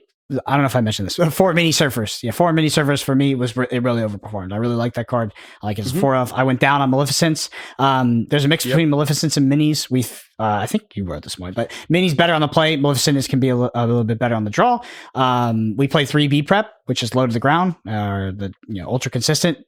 People would ask me like, wouldn't you like the 4 B prep against wheel decks? I'm like, I mean, sure, it might be nice, right? Like, it might be nice. But you know what? It's not nice? Drawing Be Prepared in, like, a million other scenarios whenever you're playing Ruby Amethyst, and it's just, like, the worst possible card. You mulligan into it against any 2-drop Ursula deck, and you're like, holy fuck. It's just so bad. So I'm actually pretty down on B Prep, and the 3 B Prep felt like the perfect spot. Go ahead. The other thing, actually, on that point is the fella Devin that I played in the... in Poland that really beat me very, very badly. And then they also knocked me out of top 8 in Tia's tournament. They're also on 3 Be Prepareds. And being the Emerald Steel player against that, it's actually like, if you know that they've got the 3 Be Prepareds, it also makes me somehow less... It makes things weirder for me, like, because I'm so used to playing against Ruby Amethyst with 4 Be Prepared, so I kind of am used to like the odds of the card being in hand, right? So then it kind of throws my game off a little bit as well. So I really like the 3 Be Prepares. Just from playing against it seems like a good idea. I was actually thinking about potentially cutting the like 1 castle, but I think it's incorrect, and we can talk about that. But first thing I want to do is do Kangaroo Court on why Teeth and Ambitions is a bad card. Why it's not going in the deck. One thing I want to tell people about, and this is a dynamic that you might understand, you might not, but it's a fundamental dynamic you talk about Teeth. So Teeth and Ambitions can kill a Merfolk, and you don't have to discard a card. But you're also discarding Teeth and Ambitions. So you are discarding a card, you get your pick, and I don't think that's like... people like... I feel like some people don't think about that dynamic, but then they hear about it, and they're like, oh, that makes sense, but then they go, but you get to pick what card you discard. I'm like, what? I don't think that makes it any better. What are you talking? You always get to pick. Actually, with Teeth, you don't get to pick. You have to use the Teeth. And also, so I guess the upside is you can do it before they quest out. The upside is Prince John doesn't draw them a card. But also, the downside is you're taking 2 damage on your character and you're playing a terrible card in your deck that's only good against Amber Steel. Mm-hmm. And it is good against Amber Steel, particularly. I think that's where it shines. Is Amber Steel. You stop one of those shift targets, and I think it's like an okay card to have as like a 1 or 2 of. I probably 1 of. I would not go above 1, but I think it's okay as like an option. What are you trying to accomplish by putting it in your deck? I think it's a very like if I'm an Emerald Steel player, I'm much more scared of a Teeth and Ambitions early on in the game than I would be against a Pinocchio. No, but I think the way you're supposed to play the Emerald Steel matchup is actually like getting rid of your songs. Sure. And I don't think it's very viable to like meta game this, keep the songs. I think the better way to approach it is just getting rid of your songs always. And if that is the approach, I don't think the upside of having a Teeth against Emerald is anywhere close to high enough where it would mitigate the downside of me Yeah. wanting to keep a song in hand versus Emerald Steel. I guess you would only want to like have it if you're going first against Emerald Steel, right? Because of the Ursula on 2, so that makes sense. Mm-hmm. Yeah, but I think I would rather just like play a Snake or a Cusco on 2 than shoot down the Merfolk that post-questing would die anyways. And I don't care about discarding cards because like I just want to win the board and play castle. So like to that point as well, like my main line with the Merfolk would be if I'm getting the Prince John down and you've got a challenger on board, I would delay the questing right until the John's down as well. So it would also be giving me some card draw. Mm-hmm. Yeah, but I think even then the upside's like very, very, very small. Yeah, I think the when you compare using teeth to kill something like a Merfolk, but then to kill something that potentially stops a huge shift target, like when my opponents were using teeth against like my small Robin Hoods to deny the shift, like that hurt because that would be like a huge tempo game for me. But yeah, I just agree with Brendan. I think it's particularly good against Amber Steel, and probably the reason why a lot of people are running it is because there's not as many Amber Steels in the meta because of how many red blues there are running around. That's probably ultimately what it comes down to. I think Amber Steel is going to come back after this week with flutes, if it comes back at all. I think it's coming with flutes. Regarding how you said maybe in paper metagame is a week behind, and while that might be true, I think they did catch up already to red blue becoming more powerful. And because of that, also, maybe we don't see a lot of Amber Steel, Sapphire Steel. So I think they still caught up to that quite quickly. Before we pass to Speci to talk about Green Steel, Boyd, sell me on the book. The one Sorcerer spell book, do you think, like, is it impactful enough? That was sort of the last card you changed before you played your set champs in the list. Talk to me about it. How did it perform to you? How important is it? Should I play that uninkable card in my deck? So I didn't have it in my deck, and then I arrived at the venue. And people had to submit deck lists for the first event that I've been to, and then they suddenly pulled out all the decks and wrote down the cards. And I saw so much Ruby Amethyst. I was like, okay, actually, I do need a book in my matchups, doing the scouting. I mean, I just arrived there and I saw it very openly, so I no way I'm not playing book into that. And then I kept it for the second event because I guess. At that point, I thought, okay, I guess my local meta is a lot of Ruby Amethyst. And I think if there's like just a normal amount of Ruby Amethyst, even if it's not a lot, I think one book still makes a lot of sense. I wouldn't go higher than that at all. But I think one book's enough to where you'll be in a very fine spot in the mirror, even if your opponent has books. And just if you're on 0 books, you might lose to some mirrors where even if you're the better player, they just do the slow game plan into the book and you're a little bit screwed against that. So what helped me against all the Ruby Amethyst was I feel like I had the book and some of them had Benjas. It, but most of them. And the benches, but honestly, like even in the Ruby Amethyst matchup, like what again, I've discussed this.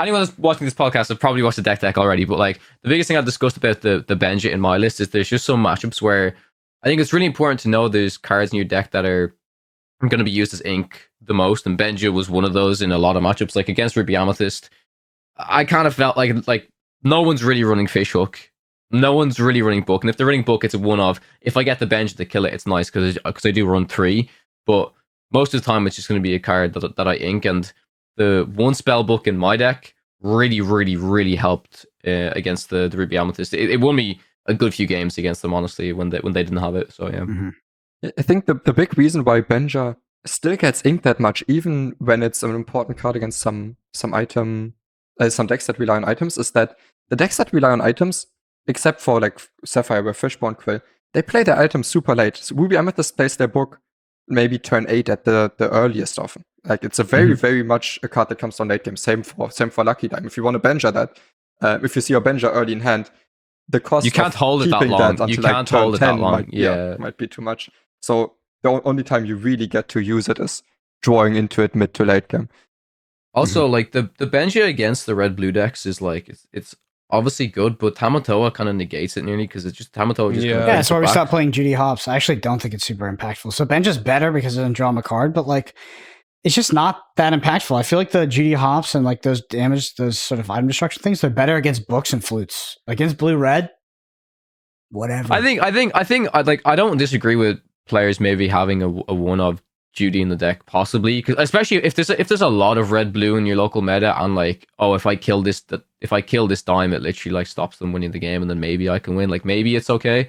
But like I talked about it a little bit. I don't think it's like that crazy, but the potential in the Amethyst Steel deck to be able to bounce Benja, and kind of like bouncing Benja if you have access to the deck can kind of negate the whole Tamathoa thing. But that's like so specific that oftentimes doesn't happen much. But having a card like Benja just against the Sapphire Steel or the Sapphire Ruby is good, particularly just to always hit the Fishbone Quill. But then I've also used Benja just to like kill a Popsicle, just to try and deny the Hiram. Like if they're on like 2 cards and like they have a Popsicle, like you just play it. You're never like, oh, I'm saving this for dime. You want to just play it because once you get him out on board, it's also a 2/3 that quest for 2. So you're gonna put on some pressure, and you're also gonna possibly deny the card draw engine. Mm-hmm. Benja's like incredibly important card for Emerald Steel. I sort of like see some people cutting it, but obviously when you're playing a discard deck, denying like the Flaversham card draw against the Sapphire decks is a complete game changer.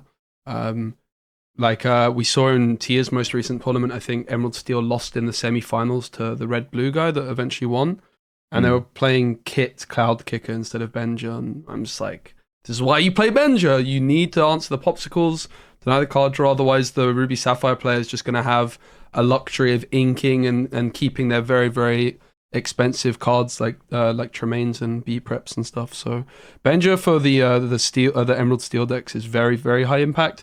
I love the card, honestly. Being able to slam a Benja down on turn 3 that hits an item when you're playing an aggro deck is so much value because of its questing power as well.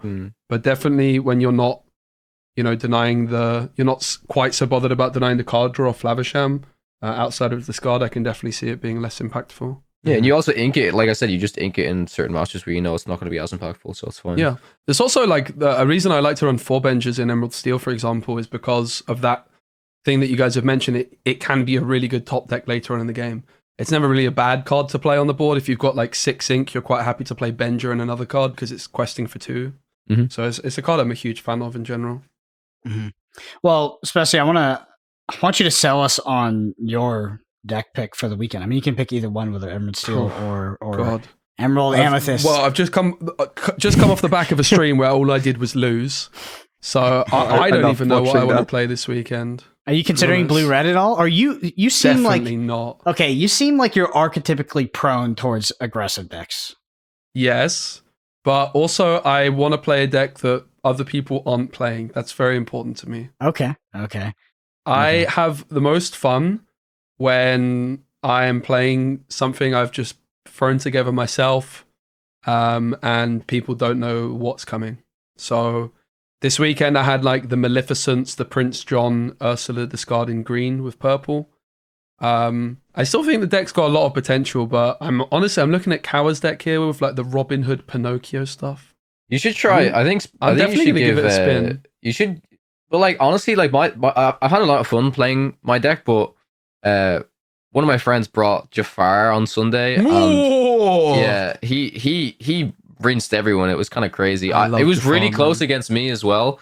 I think I lost. He won 2-1 against me in the end, but Jafar is also a type of deck where it sounds a little bit weird because it is kind of a combo deck, but there's a lot of flexibility in I think a lot of people build Jafar wrong. Either they go too heavy into the combo of Jafar, or they don't lean into some of the meme kind of tempo package enough. Like I feel like that's like a deck like Jafar kind of screams Speci to me because there's so much like wiggle room to kind of work with there. But yeah, I do want to just say, like, I recommend everyone trying the purple steel list if you guys get a chance. The only thing holding it back is obviously like there's 4 Robin Hoods, so if you can't get the four Robin Hoods, that's understandable. But I've been describing the deck to a lot of people as Ruby Amethyst, but you just take out the Ruby cards, you just put in really good steel cards. Like compare Mr. Smee to Mini. I think those are the cards that you can compare the most in terms of Mr. Smee's sometimes nearly like a Mini on turn 2, obviously without the evasion, but Mr. Smee is like such a great card to play after a Be Prepared or after a wheel, and that's something Zan said in the deck tech. It's like such a solid card to play after both of those cards come down, and that's pretty much what a lot of the decks are built upon. It's like if it's a wheel strategy or if it's a clear the board, be prepared strategy. And Smee is just always a fantastic card. Obviously, it's dealt with really well by the Madame Medusa. So that's been difficult to deal with against the Ruby Amethyst decks, but it's just fun. I do agree, Speci. Like I wanted to play something a little bit different as well, and I feel like if I didn't play, I think I wanted to play Ruby Amethyst for the consistency. I didn't have access to the color Ruby, and I said, okay, what's like the next best thing? And this it actually worked. I did not have that much confidence using this deck on the Saturday, but I started playing with it. I was like, oh my god, this is really, really solid, honestly. Yeah. My plans are I've still got 3 or 4 days to try and cook something up. I think Emerald is my safety net really, but I played Jafar in the most recent tier tournament. I think I lost my second to last game, which knocked him out. Unfortunately, Jafar just kind of folds automatically to Steel Songs, and I really don't like playing decks which just have this terrible matchup. Like if I'm playing a deck and I just lose before I queue, I don't want to play that deck, to be honest with you. But it's interesting you mentioned that this purple gray deck is like similar to Ruby Amethyst, but with good steel cards instead of Ruby, because that's actually exactly how I feel about Emerald with Amethyst as well. It does just feel like a Ruby Amethyst deck, just lower to the floor. The list is incredibly tight. There's different ways you can go about building it.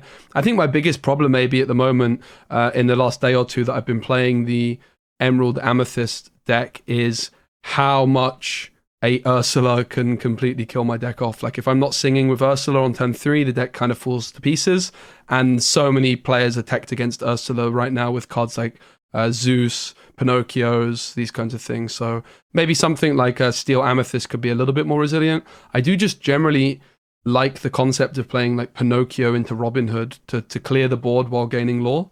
Smee is just ridiculously strong, as you've mentioned, like what a card. So I'll definitely be cooking some stuff up. I think Jafar kind of suffers the same issues of there's just lots of control in the metagame right now. But yeah, I'll find something. Emerald Steel, I'll fall back onto. If not, Emerald Steel, in my opinion, best way to play it is with 3 Tianas. Tiana is the sauce that deck needs. Why is Tiana the sauce? My issue with Tiana has always been that when it like the fact that it has to be tapped in order to have the effect. So talk to me about why that card is good. Yeah, so I was also incredibly skeptical. I played 2 in my list in Poland, but I don't own Sad Beast, so I was on no Sad Beast. And I was like, okay, 2's probably, but 3, even with Beast, I think is the way to go. And honestly, you could even make an argument to just drop the Beasts and stay lower to the floor. So what Emerald Steel really is trying to do, it's trying to, like, the way the deck is built, it's trying to be as quick as possible, pretty much, that it can be, right? It doesn't have access to many very quick 1-drops. You've got the Merfolk. I play the 1-drop Robin Hood without the shift target, simply because it's the best quester that's not Merfolk, really. People think you're going to shift, and then they make trades that they otherwise perhaps wouldn't. Obviously, you could play the 5-drop Robin Hood as well. That's absolutely a reasonable option. But what the Tiana gives you, it gives you very, very good coverage against 2 decks in particular. It gives you great coverage against Songs, as long as they don't have a big Cindy down. The Tiana can kind of stop them in their tracks at some point if you've done enough discard. And then it also gives you great coverage in particular against Sapphire Steel. Sapphire Steel really struggles to deal with her if they're not on Let It Goes. It's just a really solid card all round, right? Against Ruby, not so much because of Maui and because of Medusa. But in fairness, Medusa already has a bunch of targets to be hitting anyway in that matchup. Tiana just quest for 2. She's cost 4 the deck. I quite like capping the deck out at 4 ink. I like often playing like on turn 4, you go something like Ursula and Smee on turn 4, for example. You're emptying your hand quite quickly. I like Fire the Cannons at the moment as well. 1 or 2 copies of that. So you can empty your hand very, very quickly. Quest for 2, she's very difficult for a lot of decks to remove. She's just kind of the matchup coverage into your 2 more difficult matchups, Steel Songs and Sapphire Steel. She can be the difference maker. I had a lot of people messaging me just saying like, this Tiana won me my set champs. Like, she is the difference maker. So really, really, I mean, 3 is a lot. I'd say 2 is the sweet spot. But if you want to be a little bit more risky with your mulligans, if you're a bit more safe maybe with your mulligans, you never really want 2 Tianas in your hand at the same time, right? That's where things can get tricky with Tiana. But the deck is very low to the floor, very low on uninkables that are expensive, and she does just feel like she's at home there really in Emerald Steel. I want What to I touch hear- quickly. Oh, go ahead, mine. What I hear there is, 2 Tiana might be the sweet spot, but if you want to be even more different to the rest, you can play 3. 3 is if you want to be greedy, man. 3 is where you want to be greedy. Yeah, I was just gonna say, Greed is just good kinda, sometimes. After talking about Tiana and just like Maui and Medusa. So Brennan, I know you mentioned that Minnie Mouse is probably, I'm assuming, was the standout card for you in the set championships. No. What I was going to say is probably GOAT, to be honest. Probably Go. That's interesting because I was going to say the card that I hated to see, and I think the card that I would imagine performs like incredibly well for Ruby Amethyst is the Medusa. The maybe it's just particularly against my deck because it absolutely destroys the big Robin Hood. Like it does more than farm my deck. It's like every time I see that card, I'm like, okay, I think I lost the game. It's like one of the most popular cards in the metagame too. It's like a 4 of and Ruby, red blue, and it's a 3 to 4 of and Ruby. No, I think it was GOAT. Minnie's powerful. But the power is it's not subverted or innocuous at all. It's like pretty clear how you use Minnie. Like maybe there's some like, oh, should I not exert it because my opponent has crap? The answer's like kind of no. And like, oh, how's my Minnie work when they have fish hooks? But ultimately, like I just see people misusing GOAT like constantly. Like I understand like it's reasonable to ink early, but like I'll have opponents like ink like 3 GOATs against me. When they have like tons of cards in hands, I was like, "What are you guys doing?" Like we're pretty close on board. I just think that card is so freaking powerful. I hate inking it in my deck. Yes. Every time I have to ink it, I'm like, "Why can't this stay in my hand?" It's so sad. I had so many, wins where I just played towards my GOAT out. Like I would keep back my stake or something like that. I could have bounced something else with it, whether it was like bounce to remove damage counters, like bounce to potentially just draw like a single card where it's just like, oh, if I have this in hand, I have 3 GOATs left in my deck. I have less than 50% of my deck left. Like I just instantly win. I instantly win this game. And I'm like, if I just bounce to draw a card and I draw like any other card in my deck, I'm a huge underdog.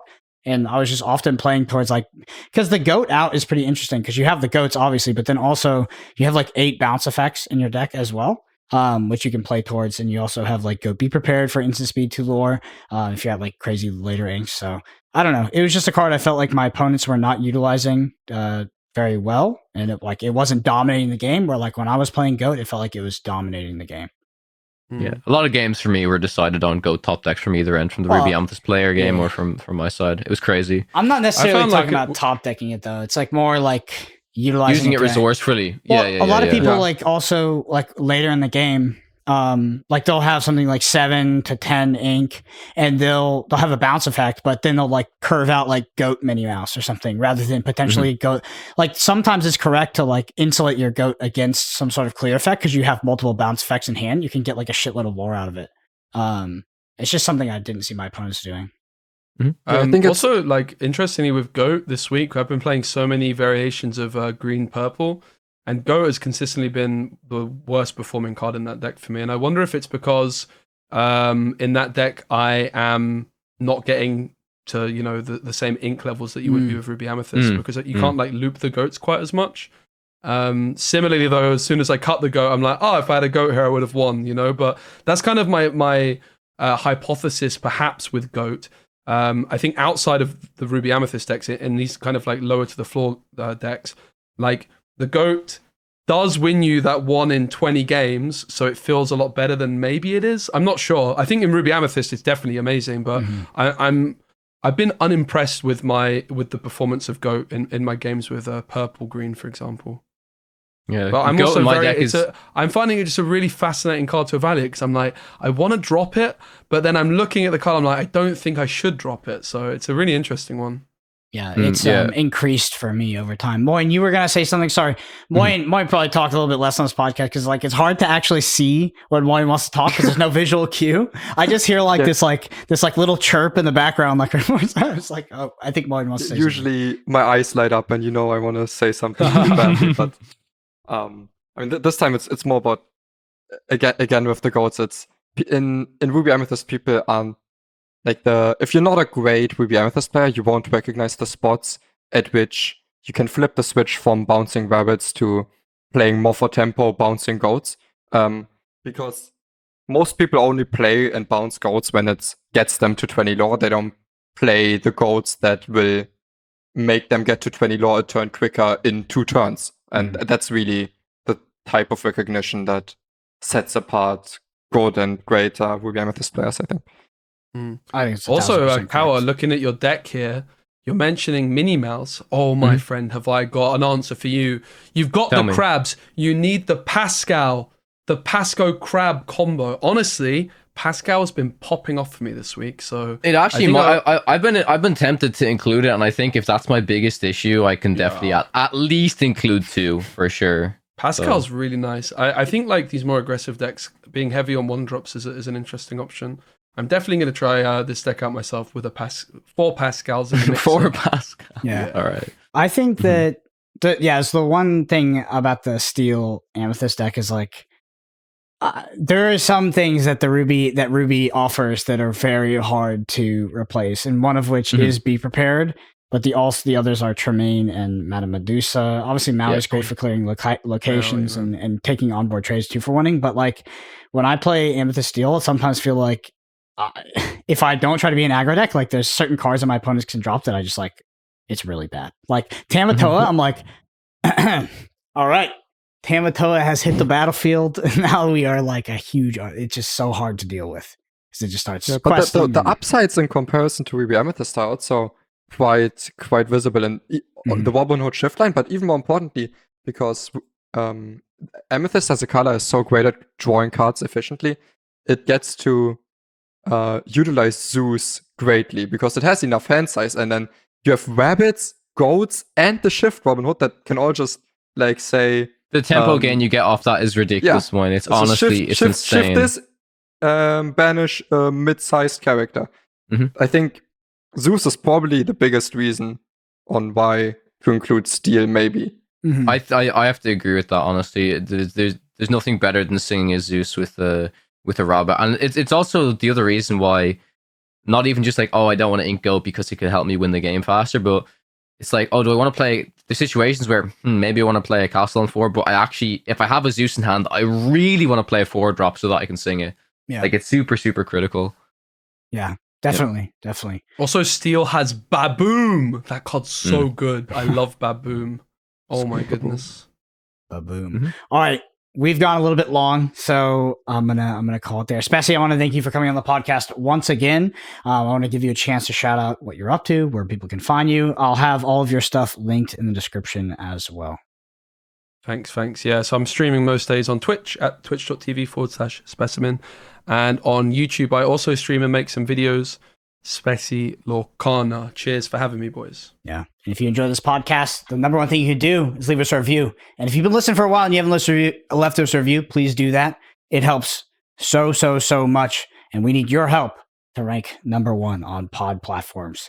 So specifically Apple Podcasts and Spotify, they have reviews, but Apple is probably one of the most important video version of this, and YouTube at youtube.com/@Podcana podcast. Hit the subscribe while you're there. We are slowly climbing. Twitter's are Brendan APG, Colitech_CG, Moyen_HS, and at Speci Lorcana. Thank y'all so much for listening. Good luck in your store, champs, and we'll see you next week.